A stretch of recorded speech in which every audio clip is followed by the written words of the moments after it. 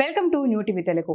AP రాజకీయాలు ఆసక్తికరంగా మారుతున్నాయి. ఏపీలో కూటమి ప్రభుత్వం 2025-26 పూర్తి స్థాయి బడ్జెట్ ను ప్రవేశపెట్టింది. సూపర్ 6 లో 2 పథకాల అమలుకు కేటాయింపులు చేసింది. ఇటు గ్రాడ్యుయేట్ ఎమ్మెల్సీ ఎన్నికల్లో తమ అభ్యర్థుల గెలుపుపైన కూటమి నేతలు ధీమా వ్యక్తం చేస్తున్నారు. ఈ సమయంలోనే ఎమ్మెల్యే కోటా ఎన్నికలు జరుగుతున్నాయి. కూటమికే 5 స్థానాలు దక్కనున్నాయి.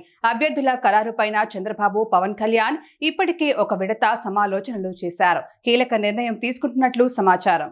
టీడీపీ నుంచి ఒక ఓసీ, ఒక బీసీ, ఒక ఎస్సీకి సీటు కేటాయించేలా కసరత్తు జరుగుతున్నట్లు సమాచారం. టీడీపీ నుంచి బీసీ కోటాలో బీదా రవిచంద్ర పేరు పరిశీలనలో ఉన్నట్లు తెలుస్తోంది.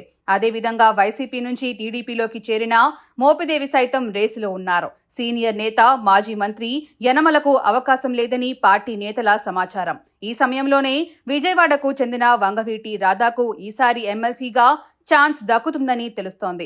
2019 ఎన్నికల సమయంలో రాధా వైసీపీ వీడి టీడీపీలో చేరారు. ఈ సమయంలోనే రాధాకు ఎమ్మెల్సీ పదవిపైన హామీ దక్కింది.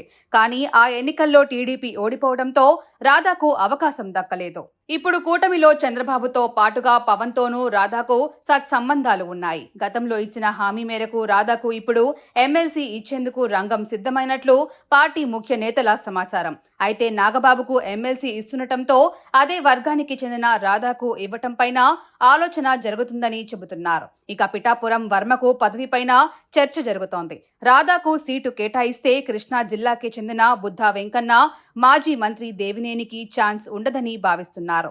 ఎస్సీ వర్గం నుంచి పశ్చిమ గోదావరికి చెందిన 2 మాజీ మంత్రుల్లో ఒకరికి ఛాన్స్ దక్కే అవకాశం ఉంది. దీంతో కూటమి నుంచి ఖరారు చేసే 5 అభ్యర్థుల తుది ఎంపికపైన ఆశావాహుల్లో ఉత్కంఠ కొనసాగుతోంది.